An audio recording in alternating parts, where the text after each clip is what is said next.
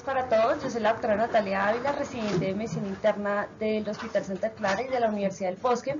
Y el día de hoy pues les voy a presentar el Helicobacter pylori.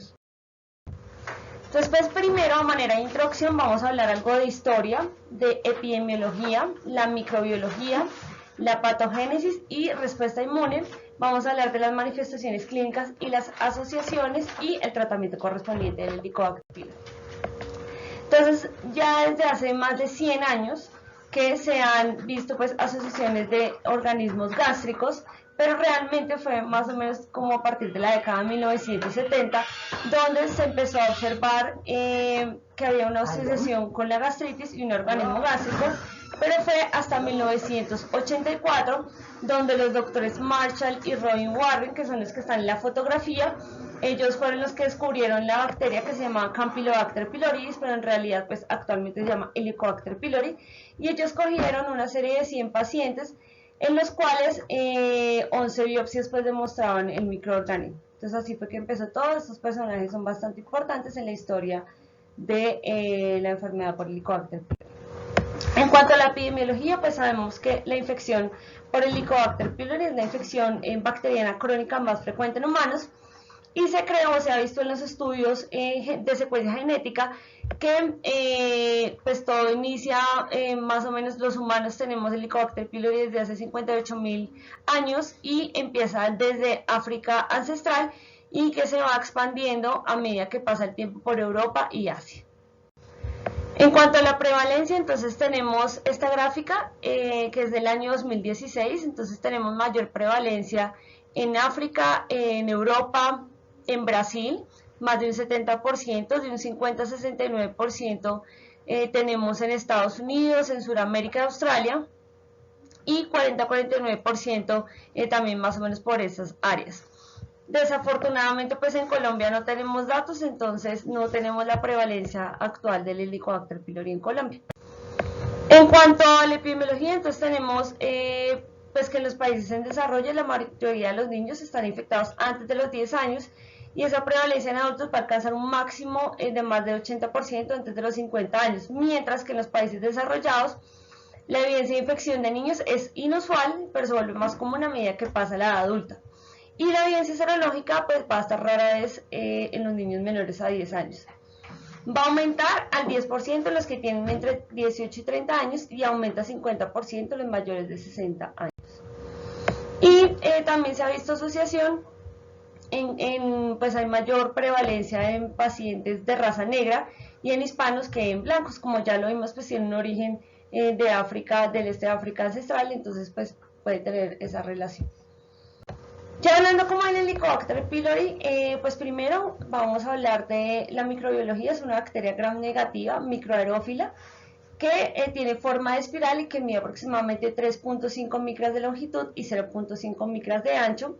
Es un organismo que crece lentamente y se puede cultivar en agar sanguíneo o en otros medios como Skid Row, que están incubados a 37 grados centígrados en una atmósfera de oxígeno al 5%.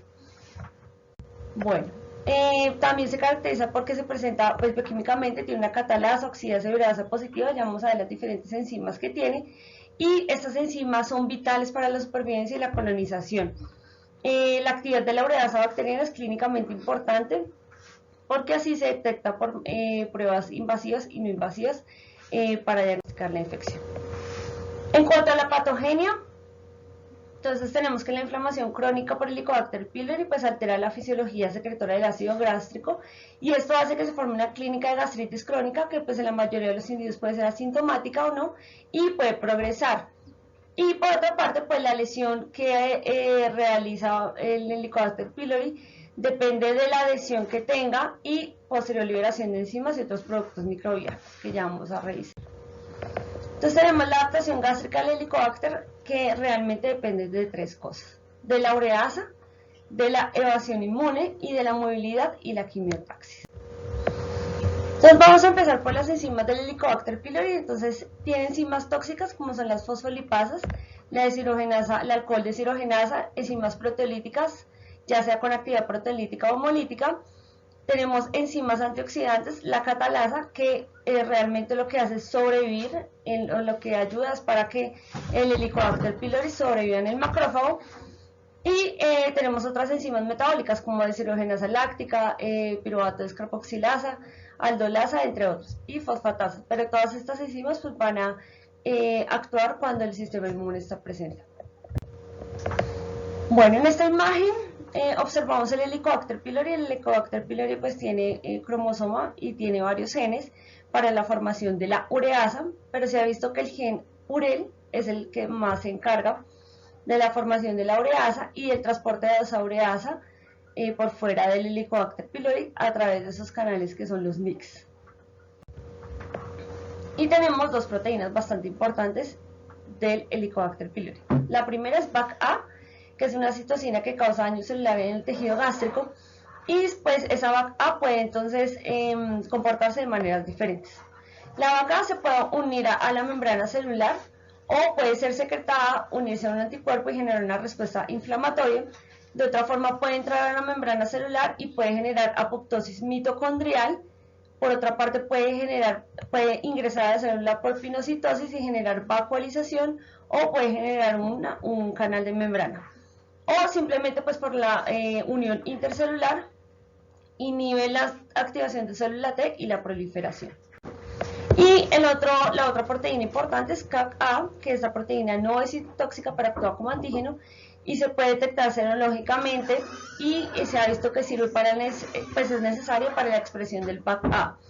Este CAC-A es dependiente de tirosina y pues puede producir cambios morfológicos, proliferación celular, respuesta inflamatoria. ¿Y por qué lo nombro? Porque clínicamente es bastante importante el CAC-A, porque el 85 al 100% de los pacientes que tienen úlceras duodenales tienen cepas de CAC-A positivo, y por otra parte estas cepas están asociadas con una mayor frecuencia de lesiones precancerosas y cáncer gástrico.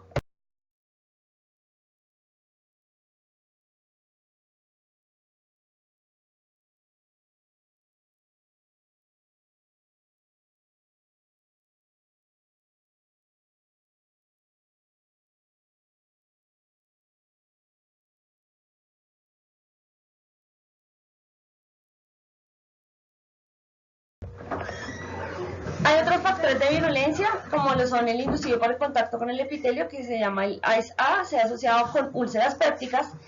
La adhesión de unión antígeno del grupo sanguíneo PAP-A también se ha asociado con úlceras duodenales y cáncer gástrico. Y hay otro factor de virulencia que se llama proteína inflamatoria externa, que es OLP-A, que se ha asociado con úlceras duodenales. Entonces, nuevamente, esto es una gráfica. En cuanto a la adhesión depende de la motilidad, que vemos aquí el Helicobacter pylori, de la quimiotaxis que tenga el Helicobacter pylori con el tejido gástrico, y tenemos una adhesión temprana y una adhesión tardía. La adhesión temprana pues lo hace el Helicobacter pylori por medio de pilis y fimbrias y a través de reseptores que tiene el tejido gástrico, y ya una adhesión tardía, que es que ya lo dijimos, por medio de BAC-A, de CAC-A, por medio de la vesiculación de la membrana, por la unión intercelular, entre otras. Entonces aquí vemos una imagen en la cual el Helicobacter pylori, que es el que está señalado en la flecha negra, podemos ver la adherencia en las células gástricas, y en esta imagen podemos ver el tejido gástrico con metaplasia, y vemos que el Helicobacter pylori tiene una afinidad mayor por esa metaplasia y que también se une a las células gástricas. Entonces en esta imagen, en la flecha verde, podemos ver el Helicobacter pylori y la adhesión al tejido gástrico. En cuanto a la respuesta inflamatoria, entonces el Helicobacter pylori pues produce unas sustancias antigénicas como la ureasa y el lipopolisacárido. Eso se absorbe a través del macrófago y lo presenta a la lámina propia. Entonces todo eso va a estimular la respuesta inmune. El resultado neto es que se van a generar citocinas inflamatorias como la interleuquina 1, 6, factor de necrosis tumoral alfa e interleuquina 8. Y se ha visto que la interleuquina 8 pues es un factor que activa neutrófilos, recluta células inflamatorias. Entonces eso es todo lo que genera la respuesta inmune. Por otra parte, el Helicobacter pylori tiene un factor nuclear kappa B que aumenta la producción de esa interleuquina 8, y se ha visto que las proteínas que ya mencionamos como la CAC-A y la BAC-A son inductores de la interleuquina 8, entonces todo va a predisponer a una respuesta inflamatoria mayor. En cuanto a los linfocitos T helper-1, pues promueven respuestas inmunes que son mediadas por factores de necrosis tumoral alfa, interferón gamma. Se produce también los T helper-2 pues van a producir interleuquina 4 y 10, pero se ha visto que la interleuquina 1 beta y posiblemente la interleuquina 10 van a estar o van a determinar el grado de respuesta inflamatoria de la infección, la alteración en la secreción, ya sea hipo o hipersecreción, y van a estar relacionadas con el riesgo de cáncer gástrico. En cuanto a los anticuerpos, entonces el anticuerpo IgM es un indicador insensible en infección aguda y realmente no es clínica, o sea, no es útil clínicamente. En cuanto a los anticuerpos IgA y IgG, pues se producen en respuesta a la infección y disminuye después de que o sea, estos anticuerpos van a disminuir a medida que la infección se cura. Y también pues están los anticuerpos contra la proteína K, que son detectables en el tejido gástrico y el suero, que fueron, como se realizó la asociación con cáncer gástrico, pues ellos detectaron serológicamente esta proteína. Bueno, hablando de factores de riesgo, entonces el riesgo de contraer la infección por Helicobacter pylori pues va a estar relacionado, o pues se cree, con el nivel socioeconómico y las condiciones de vida. Puede haber factores como hacinamiento, el número de hermanos, compartir una cama, falta de agua corriente, y todos estos factores se han relacionado con una mayor adquisición de Helicobacter pylori. No se ha demostrado por el momento que tenga susceptibilidad hereditaria a la infección por Helicobacter pylori, pero pues se ha visto que, o algunos estudios sugieren que hay miembros de ciertos grupos étnicos y raciales, como los hispanos y los afroamericanos, que tienen una mayor tasa de infección por Helicobacter pylori. Por otra parte, la ruta por la cual ocurre la infección está siendo desconocida, pero se cree que la transmisión de persona a persona a través de la exposición fecal oral o oral oral pues puede ser más probable. Y en cuanto a los humanos, pues son el reservorio principal de la infección. Sin embargo, se ha visto aislamiento en cautiverio y en gatos domésticos e inclusive ovejas. Bueno, entonces aquí tenemos una gráfica importante en cuanto a la asociación del Helicobacter pylori en agua. Entonces tenemos que los humanos son portadores, y también pues hay algunos animales. Esos humanos portadores pues pueden generar transmisión directa oral-oral, y eso puede generar una susceptibilidad de la infección al individuo. Por otra parte, pues tenemos una transmisión fecal-oral que también genera al individuo, pues genera una infección al individuo. Y en cuanto a la infección o a la transmisión por medio del animal, también se dice que tiene una transmisión directa fecal-oral. Por otra parte, pues también va a depender de la penetración que tiene el suelo, de la penetración que tiene el agua, y eso ya depende si o la persona o el paciente ingiere agua, o cuando está nadando toma agua, o realmente pues ya cuando coge agua de una irrigación se puede generar la transmisión del Helicobacter pylori. Entonces, ¿cuáles son esos factores importantes de la transmisión? Entonces, cuando el Helicobacter pylori entra al agua, entonces se debe mirar cuáles son las áreas de impacto que pues se aproximan al humano o al animal, la penetrabilidad que tiene en el suelo, la precipitación, la susceptibilidad para que el agua se contamine. En cuanto a la ingestión, pues ya hablamos que el paciente ingiera agua o consumo de vegetales con agua contaminada, o simplemente cuando nada o se baña. En cuanto a la supervivencia, entonces, del Helicobacter pylori va a depender del tiempo en que dure en el agua, la temperatura del agua, el pH, el tratamiento del agua, y la infección pues ya depende de la viabilidad del Helicobacter pylori y de la susceptibilidad del huésped. Entonces, ya vimos que eso es un factor de riesgo, pero al inicio dijimos que el estar como con hacinamiento, con otras personas que tengan el Helicobacter pylori, también puede ser una vía de transmisión. Entonces, esto es un estudio que se hizo en Colombia por el doctor Correa, de Lancet del 2000, en el que se estudiaron niños de 2 a 9 años y pues mirar la prevalencia de esos niños del Helicobacter pylori. Y sí se vio que cuando estos niños tenían un hermano mayor infectado, ellos tenían mayor probabilidad de infectarse. Entonces se cree que hay una correlación en cuanto a la infección de los familiares o los que viven juntos. Y por otra parte, pues está la infección iatrogénica, que eso es por el uso de dispositivos gástricos, endoscópicos o accesorios endoscópicos que son inadecuadamente desinfectados, pero pues ya es una prevalencia mucho más baja. En cuanto a la reinfección, entonces por lo general es inusual, en menos del 2% de las personas por año. La baja tasa de reinfección en adultos respalda que cuando pues que haya un menor riesgo cuando la infección se presente durante la edad adulta, y se ha planteado las hipótesis de que las tasas de reinfección pueden ser más altas en niños o en países de desarrollo, o se ha visto más asociada con el nivel socioeconómico. Entonces esto tenemos una gráfica en la cual se muestra en la recurrencia del Helicobacter pylori la prevalencia que se tiene a nivel mundial, y pues realmente aquí importante es que Colombia estamos pues en más del 5% para recurrencia del Helicobacter pylori. Entonces tenemos que estar atentos a los pacientes que presentan recurrencia de la enfermedad.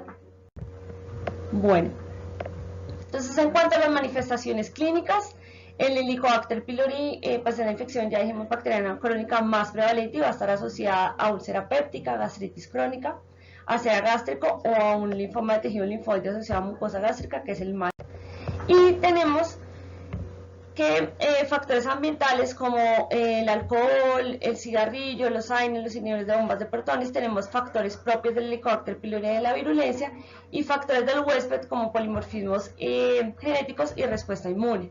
Entonces, si tenemos una baja producción de ácido, entonces vamos a tener una clínica de pangastritis. Eso genera atrofia gástrica y puede generar cáncer y gastritis. Si tenemos una alta producción de ácido, entonces tenemos más que todo una gastritis predominantemente entral, y eso puede generar una úlcera péptica.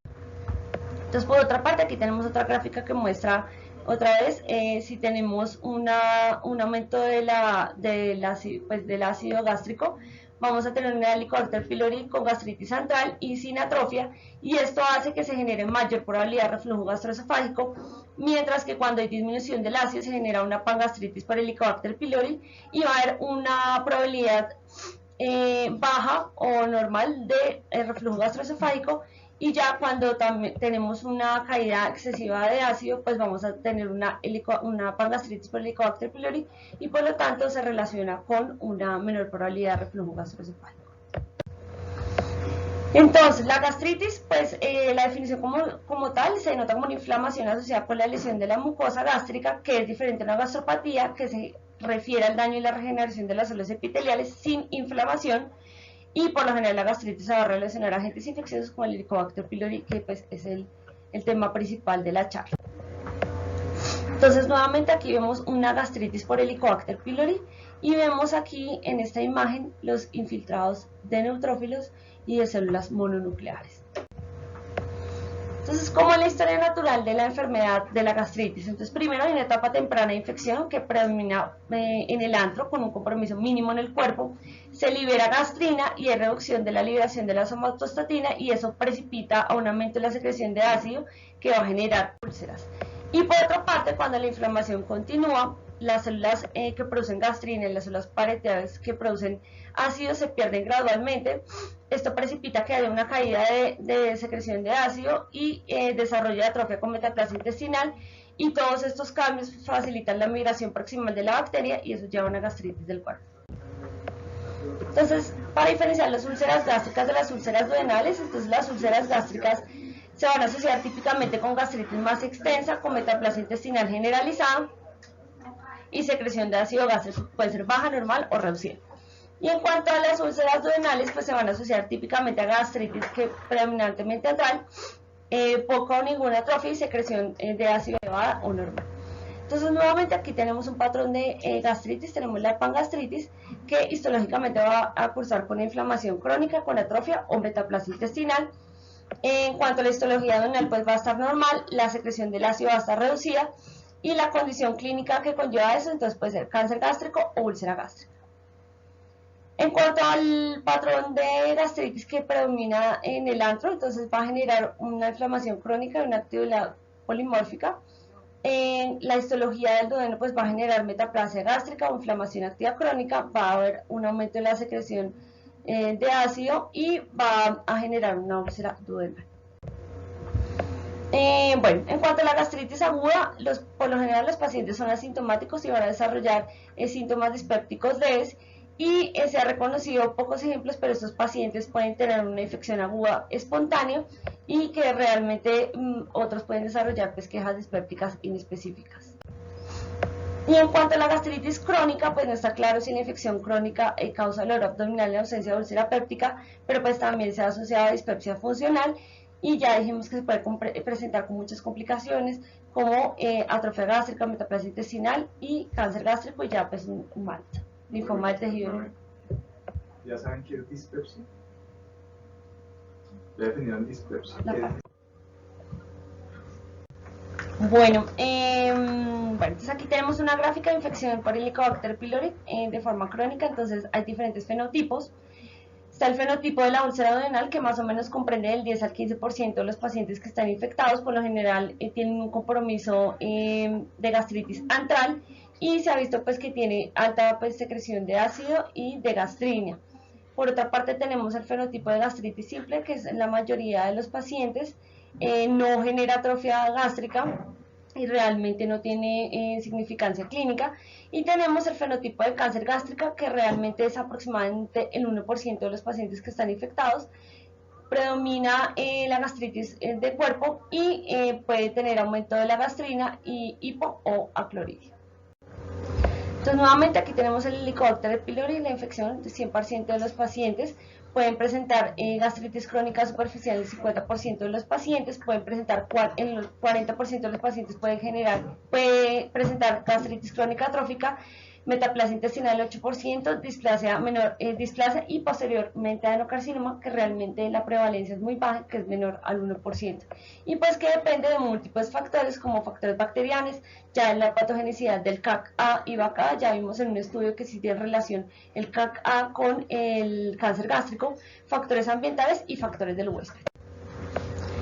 Bueno, nuevamente aquí tenemos los factores del huésped, factores de virulencia en Helicobacter pylori y ya los factores ambientales que pueden ser cigarrillo y pobre dieta, que pues se genera para un fenotipo de cáncer gástrico.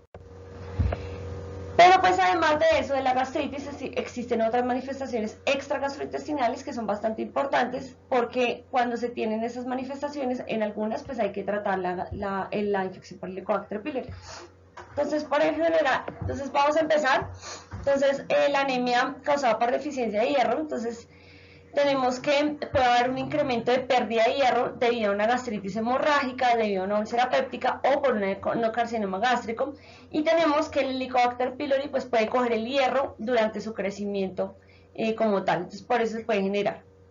Está también una púrpura trombocitopénica idiopática, que puede hacer pues una mímica molecular, y el Helicobacter pylori lo que hace es que altera el receptor FC de los macrófagos y los monocitos y eso induce a una formación de anticuerpos. Está la deficiencia de vitamina B12, que por lo general pues la gastritis que compromete el cuerpo disminuye la producción del factor intrínseco y eso hace que resulte en una disminución de la absorción de vitamina B12. Y por otra parte pues tenemos ya metabólica como diabetes mellitus, que el Helicobacter pylori pues puede inducir cambios o endotoxemias metabólicas y pueden generar resistencia a la insulina. Las otras son hígado graso no alcohólico, pero realmente no hay mucha evidencia acerca de esto. Está la enfermedad arterial coronaria, que se ha visto que el Helicobacter pylori pues, puede inducir endotoxemia metabólica y puede haber mímica molecular del antígeno CAC-A para las placas ateroscleróticas, pero tampoco tiene mucha evidencia. Y la enfermedad cerebrovascular, que pues actúa de la misma forma. Ninguna de estas tres pues se ha visto que tenga como una relación, pero pues han sido nombradas. Y existen otras lesiones gástricas raras que se presenta con el Helicobacter pylori, como son la gastritis linfocítica, tenemos la gastritis granulomatosa y tenemos la gastritis asociada a cuerpos de Russell, pero pues hace manera de información porque ya son lesiones muy raras. Y aparte pues también tenemos una osteoartritis gastrítica con almacenamiento de cristales.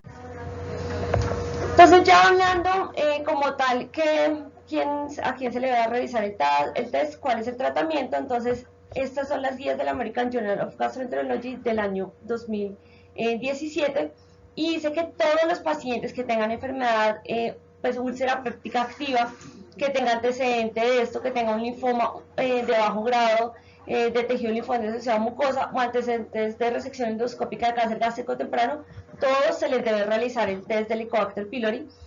Pacientes con dispepsia que no haya sido investigada, que tengan menores de 60 años, sin tener en cuenta los signos de alarma, se considera que se debe realizar pues, pruebas no endoscópicas o no invasivas para el Helicobacter pylori. Cuando se realiza una endoscopia en pacientes con dispepsia, pues se deben tomar biopsias gástricas para evaluar la infección. Y los pacientes con síntomas típicos de la enfermedad de reflujo gastroesofágico que no tienen antecedente de úlcera péptica, no está recomendado hacer el test. Por otra parte, pues los pacientes que toman aspirina a dosis bajas a largo plazo también se puede considerar que tratar el Helicobacter pylori puede disminuir el riesgo de sangrado en estos pacientes. Y la guía americana recomienda que los pacientes que van a iniciar un tratamiento crónico con un AINE deben hacer una prueba de infección del Helicobacter pylori. Pero ellos recalcan que no hay mucha evidencia en cuanto a los pacientes que ya vienen tomando AINES, sino que se debe realizar cuando inician la terapia. Por otra parte, pues ya hablamos las otras causas extragastrointestinales.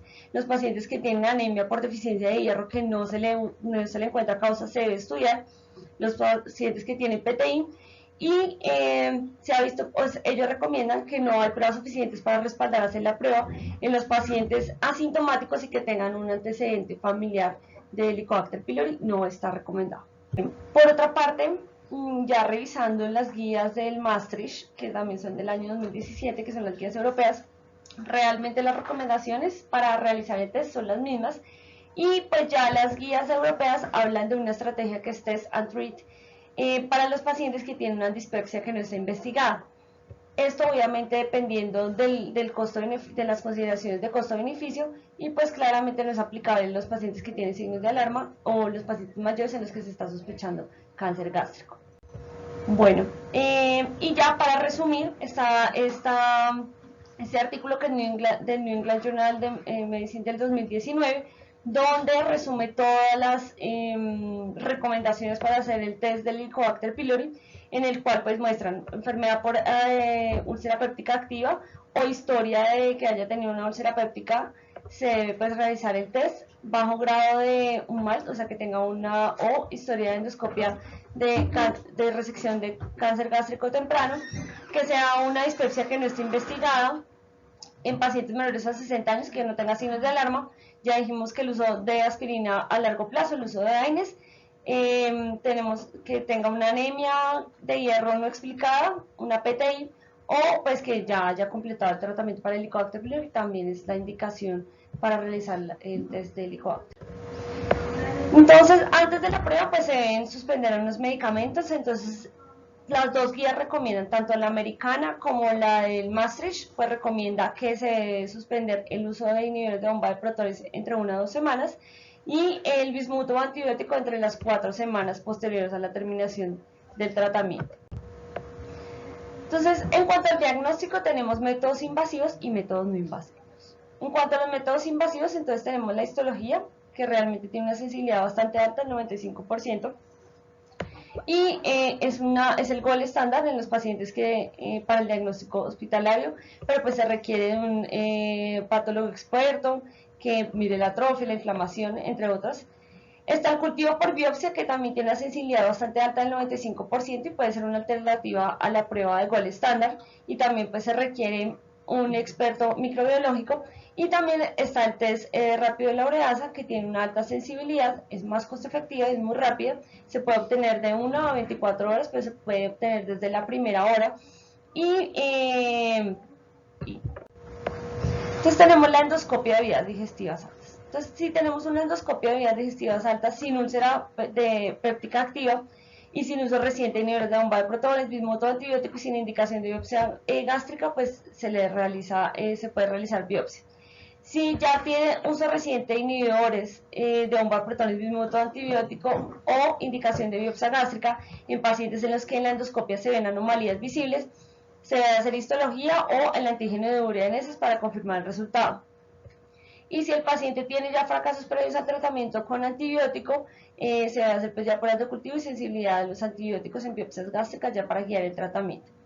Por otro lado, pues los pacientes que tienen úlcera péptica activa, ya sea duodenal gástrico, pues se recomienda una biopsia de la mucosa gástrica. Y cuando el paciente tiene una hemorragia de vías digestivas alta, realmente no es necesario realizar la prueba de detección de inmediato y se puede realizar una vez que el paciente pues ha dejado de sangrar. Bueno, en cuanto a los métodos no invasivos, entonces tenemos el test de aliento de urea, que tiene una alta sensibilidad, el 95%, y también puede ser una alternativa al gol estándar. Es muy útil. Está el antígeno fecal, que también tiene una sensibilidad alta, pero realmente no es muy usado. Y está la serología, que es la que menor tiene sensibilidad, del 80 al 90%. Pero realmente la serología se utiliza más que todo en estudios clínicos. Bueno, ¿cuáles son las estrategias antes de iniciar el tratamiento y cuáles son esas estrategias? Entonces, primero hay que mirar si el paciente tuvo exposición previa a antibiótico, y esto se debe tener en cuenta al escoger un régimen de antibiótico para el tratamiento del Helicobacter pylori. Entonces vamos a empezar. Está la triple terapia con claritromicina, que van a ser inhibidores de la bomba de protones más clarito, más amoxicilina o metronidazol durante 14 días. Y ese es el tratamiento que realmente las guías, tanto americanas como las del Maastricht, recomiendan en pacientes o pues cuando se sabe que la resistencia del Helicobacter pylori es menor al 15% para claritromicina. La siguiente es la estrategia o la terapia cuádruple de bismuto. Va a consistir en inhibidores de bomba de protones, bismuto, tetraciclina y nitrimidazol durante 10 a 14 días. Y realmente también es una terapia de primera línea y particularmente es buena para los pacientes que ya han tenido exposición a macrólidos o que son alérgicos a la penicilina. Ya más adelante vamos a ver un algoritmo. Está la terapia concomitante, que es un inhibidor de bomba de protones más clarito más amoxicilina más nitrimidazol, que se trata de 10 a 14 días. Está la terapia secuencial, que consiste en un inhibidor de bomba de protones más amoxicilina durante 5 a 7 días. Después de eso se continúa con inhibidor de bomba de protones más clarito más nitrimidazol durante 5 a 7 días. Está la terapia híbrida, que es un inhibidor de bomba de protones más amoxicilina durante 7 días. Se sigue con el inhibidor más amoxicilina más claritromicina más nitrimidazol durante 7 días. Está la terapia triple con levofloxacina, consiste en un inhibidor más levofloxacina más amoxicilina durante 10 a 14 días. Y la secuencial de fluoroquinolona, que es un inhibidor más amoxicilina durante 5 a 7 días, seguido en inhibidor más fluoroquinolona más nitrimidazol durante 5 a 7 días. Entonces, ¿cuáles son, ya hablando como tal, cuáles son los factores de riesgo para que se presente la resistencia a macrólidos? Entonces, que haya tenido una exposición previa a la terapia y que las tasas de resistencia de la claritromicina local sean mayor al 15%. Entonces, esto es un estudio del año 2018 en el cual se miró la prevalencia de resistencia antibiótica a nivel mundial. Fue una revisión sistemática, los estudios se miraron estudios de resistencia antibiótica y en general fueron 178 con 66.000 aislamientos y en 65 países. Y el desenlace pues era la resistencia a claritromicina, metronidazol y levofloxacina, que el resultado final pues fue alta en la mayoría de las regiones de la OMS. Entonces aquí tenemos la revisión sistemática.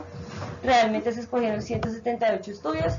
Tenemos que en América Latina los estudios fueron Argentina 1, Brasil 6, que son pues, los que más estudian, Canadá, Colombia 2 estudios y Perú y Estados Unidos estaban incluidos en los Américas.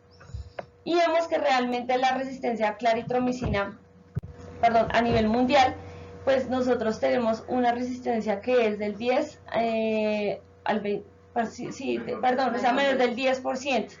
Entonces realmente nosotros no entramos en el grupo de alto riesgo para la resistencia, entonces por lo tanto nuestra primera línea sería la terapia triple con claritromicina.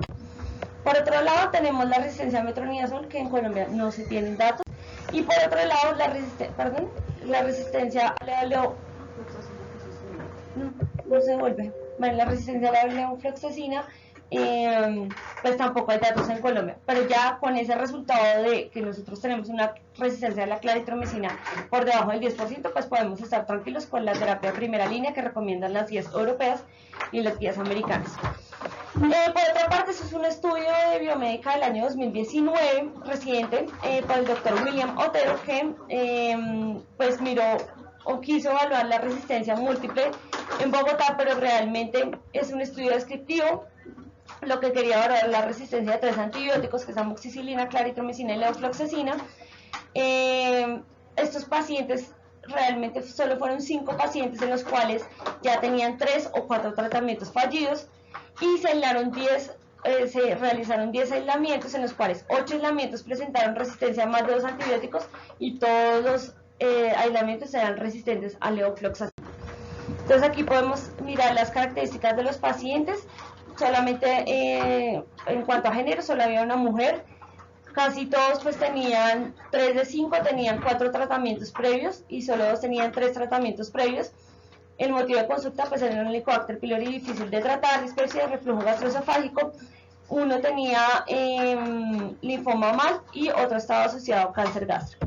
Y realmente pues se vio que todos tenían resistencia a la levofloxacina. Entonces pues eso, realmente la población de este estudio es muy pequeña, pero se puede ver que los pacientes son multiresistentes, pues más que todos son resistentes a la levofloxacina. Bueno, ya hablando como tal del tratamiento, esa es la guía del American Journal of Gastroenterology de 2017, que es la última. Nuevamente recomienda la terapia triple de claritromicina para los pacientes que tienen una resistencia por debajo del 15%. Ya dijimos que el inhibidor de bomba de protones se da 2 veces al día, la duración de la terapia es 14 días y pues realmente es la única que está aprobada por la FDA.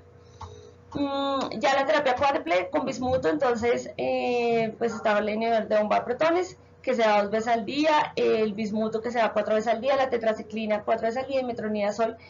Y la duración de la terapia puede ser hasta 10 días a 14 días, pero no es aprobada por la FDA. Y realmente todas las demás terapias en las que hablé anteriormente, como la concomitante, secuencial, híbrida, entre otras, pues no están recomendadas ninguna por la FDA. Entonces aquí tenemos un algoritmo bastante importante, en el cual pues tenemos que, cuando tenemos un paciente con infección por Helicobacter pylori, tenemos que hacernos 2 preguntas. Este paciente tiene alergia a la penicilina y la otra es si ha recibido una dosis de macrolídeo antes por cualquier razón. Entonces, si el paciente no tiene ninguna de estas 2 preguntas positivas, se recomienda pues la terapia con bismuto concomitante con terapia triple con claritromicina y pues ya se sigue la secuencia de todas las terapias. Si el paciente no es alérgico a la penicilina, pero sí ha tenido exposición a macrolídeo, realmente la terapia que se debe iniciar es la terapia cuádruple con bismuto. Si el paciente es alérgico a la penicilina, pero no tiene exposición a macrolídeo, se recomienda la terapia triple con claritromicina y metronidazol y posteriormente la terapia cuádruple con bismuto.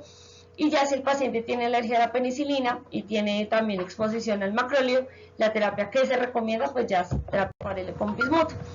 Y esta es el algoritmo que tiene el Maastricht, que es la guía europea, y ellos empiezan pues de una forma diferente. Entonces, si el paciente tiene alto riesgo de resistencia a macrolídeo más del 15%, que en nuestro país no lo es, entonces, y que tenga una baja resistencia a metronidazol, se debe iniciar inhibidores de bomba de protones, amoxicilina, metronidazol, como la terapia triple que ya la tenemos. Pero si el paciente ya genera una resistencia a metronidazol o claritromicina, se debe pues ya iniciar la terapia cuádruple. Realmente entre las 2 guías no hay ninguna discordancia, o sea, las 2 guías concuerdan de la resistencia. Cuando se tiene resistencia a macrolídeo, se va a iniciar la terapia cuádruple con bismuto. En cuanto al fracaso del tratamiento, entonces aproximadamente el 20% de los pacientes fracasan en un intento inicial de erradicación del Helicobacter pylori. Estos pacientes requieren terapia de rescate y hay factores de riesgo para que haya fracaso del tratamiento, y es que tenga también un cumplimiento o el paciente no tenga una adherencia al tratamiento médico y la resistencia de la cepa Helicobacter pylori del paciente a los antibióticos prescritos. Entonces aquí tenemos un algoritmo, este algoritmo es del American Journal of Gastroenterology, en la cual si tenemos una infección de Helicobacter pylori persistente y el paciente recibe una terapia triple con claritromicina, entonces se mira nuevamente si ha recibido una quinolona, si tiene alergia a la penicilina, pues todo eso va a depender si se sigue la terapia cuádruple con bismuto. Por otra parte, si el paciente ha recibido terapia cuádruple con bismuto y ya se deben evaluar ya otras terapias como la terapia triple con levofloxacina concomitante con rifabutina y o altas dosis dual, que ya les voy a mostrar qué es. Entonces aquí tenemos las terapias como tal de salvación para los pacientes que pues no curan la infección. Entonces está la terapia cuádruple con bismuto, la triple terapia con levofloxacina, ya sea concomitante, la terapia triple con rifabutina o la dosis dual, que ya vamos a hablar de eso. Y finalizando, pues nuevamente está el New England Journal of Medicine, que nos da el resumen absolutamente de todas las terapias que ya vimos en las 2 guías y que ya hablamos. En cuanto a la erradicación, entonces la confirmación de la erradicación debe realizarse en todos los pacientes tratados con Helicobacter pylori. Se puede confirmar con un prevalente con urea, pruebas de antígeno de heces o pruebas basadas en endoscopia.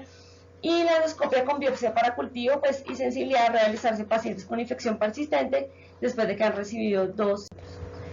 Tenemos que la recomendación del Maastricht es que se debe realizar 4 semanas después de haber completado la terapia. Se debe verificar que se haya erradicado completamente el Helicobacter pylori en todos los pacientes. Entonces tenemos este estudio que también es del año 2019, es bastante reciente, que es compara 2 terapias, compara la terapia cuádruple con bismuto y la terapia dual, que es de amoxicilina más inhibidores de la bomba de protones. Este fue un estudio clínico abierto, aleatorizado, controlado, pacientes obviamente que tenían infección por Helicobacter pylori. El desenlace era rata de erradicación, efectos adversos, costos de los medicamentos, y realmente se vio que la comparación de la terapia dual versus la cuádruple con bismuto realmente tenía igual efectividad en cuanto a la erradicación del Helicobacter pylori, pero pues la terapia dual tiene menos efectos adversos, menos costo, y realmente pues eso está asociado a que realmente son solo 2 medicamentos y no 4. Entonces aquí tenemos nuevamente 114 pacientes, más o menos 224 pacientes incluidos en el estudio, y tenemos que la intención de análisis, el análisis de intención a tratar, la diferencia en cuanto a la efectividad de los 2 tratamientos, no hay ninguna diferencia, pero pues sí tiene menos efectos versus la terapia dual, claramente por la disminución de la cantidad de los medicamentos. Hay otras terapias adyuvantes que realmente pues, han sido consideradas, pero no hay mucha evidencia. En cuanto a las estatinas, se dice que se asocia con una reducción de la inflamación mediada por el Helicobacter pylori y aumento de las tasas de erradicación. Se dice que los probióticos también pueden tener un efecto inhibitorio, y el vonoprazan, que es un bloqueador de ácido oral de potasio, en lugar de inhibidores de bomba de protones por una amoxicilina y claritromicina, pues puede aumentar las tasas de erradicación del Helicobacter pylori, pero realmente no hay estudios que demuestren la evidencia de esto. Ya para finalizar, entonces, la vacunación, entonces todavía no está muy claro si es efectivo. Las vacunas humanas se han sometido y continúan siendo sometidas a pruebas clínicas, pero pues hay un estudio de China, de niños en China, en cuanto a la eficacia y seguridad de la vacuna para el Helicobacter pylori. Este fue un estudio aleatorizado doble ciego fase 3 que se realizó en el año 2004-2005. Realmente los pacientes o la población de estudio fueron niños sanos de 6 a 15 años que pues tenían con o sin el Helicobacter pylori, y realmente fueron una población una muestra muy grande, que fueron 4.403 pacientes. El desenlace es que tuvieron infección por Helicobacter pylori en un año posterior a la vacunación, pero realmente se evaluó en diferentes tiempos. La intervención entonces fueron 3 dosis de vacunas, y realmente los resultados solo se presentaron 64 eventos con Helicobacter pylori, pero se mostró que la eficacia de la vacuna tenía un 71.8%. Entonces aquí tenemos el grupo de vacuna, el grupo de placebo, y vemos que el mes 4, 18, 12, 24 y 36 pues también se vio, pero el desenlace como tal final era infección por Helicobacter pylori al año de la vacunación. Y tenemos que sí tuvo una eficacia del 78%, y más o menos los resultados se vieron más a largo plazo, más a 36 meses en este tipo de pacientes.